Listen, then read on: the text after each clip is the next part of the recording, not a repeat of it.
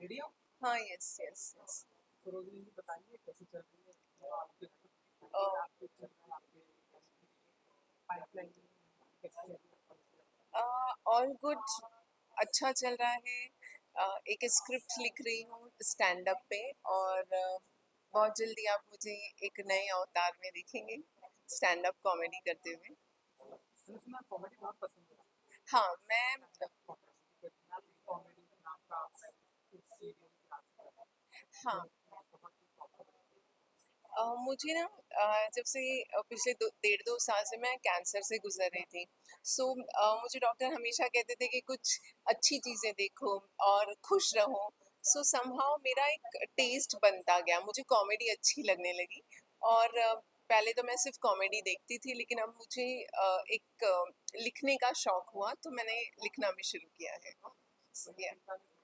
मैं अभी stand up लिख रही हूँ, और मैंने उसका एक ओपन माइक किया भी है, और लोगों को बहुत पसंद आया। ओपन माइक में ऐसे होता है कि आप कहीं जाके अचानक से परफॉर्म करते हो।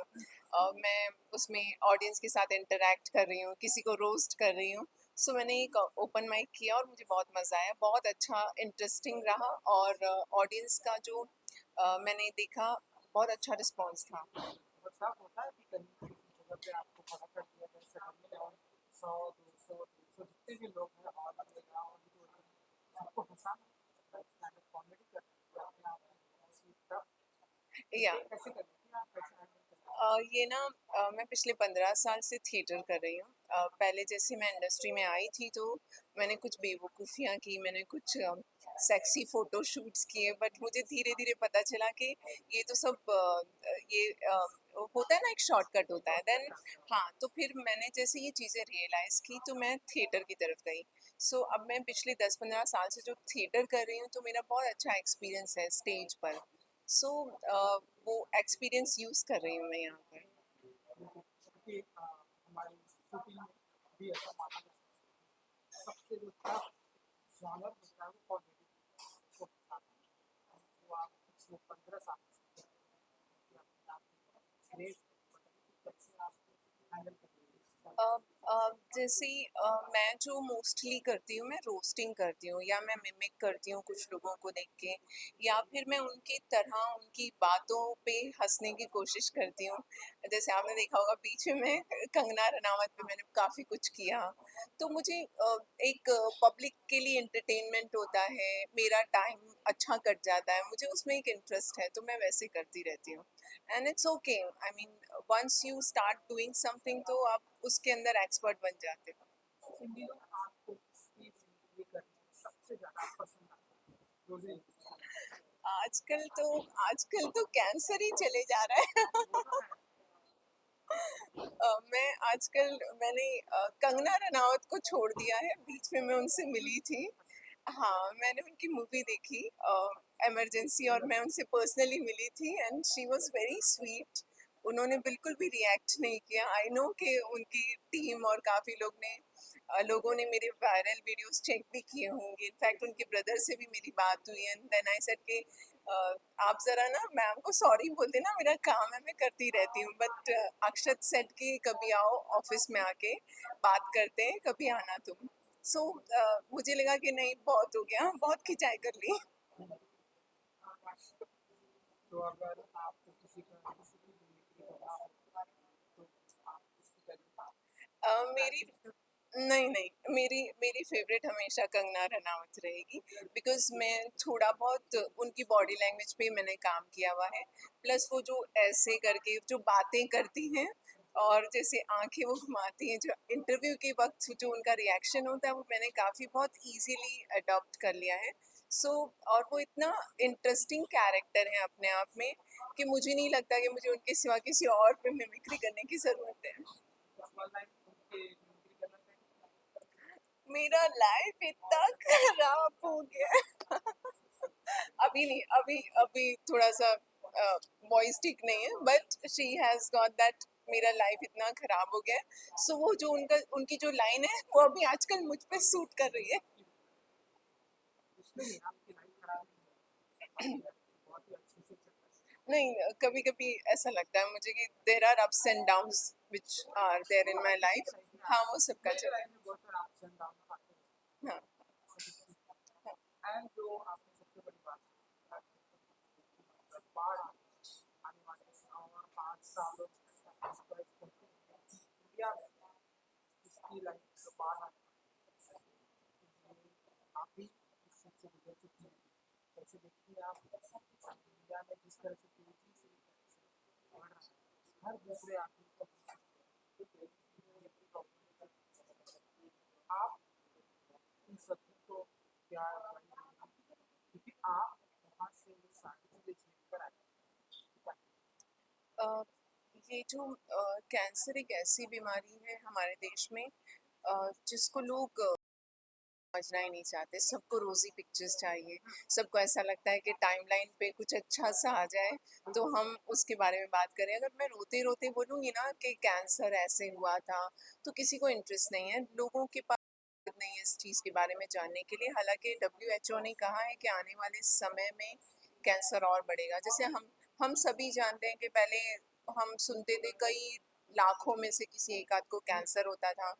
मेरी फैमिली में मुझे कैंसर आया, मेरी माँ का इट्स लाइक मेरी बिल्डिंग में 2-3 और कैंसर आ चुके हैं, अभी इस 1.5 साल में। तो मुझे ऐसा लग रहा है कि हम सभी को बहुत ज़रूरत है कैंसर के बारे में बात करने की और अवेयरनेस फैलाने की, ना कि मिस इन्फॉर्मेशन। सो बेस्ट है, बहुत तेजी से बढ़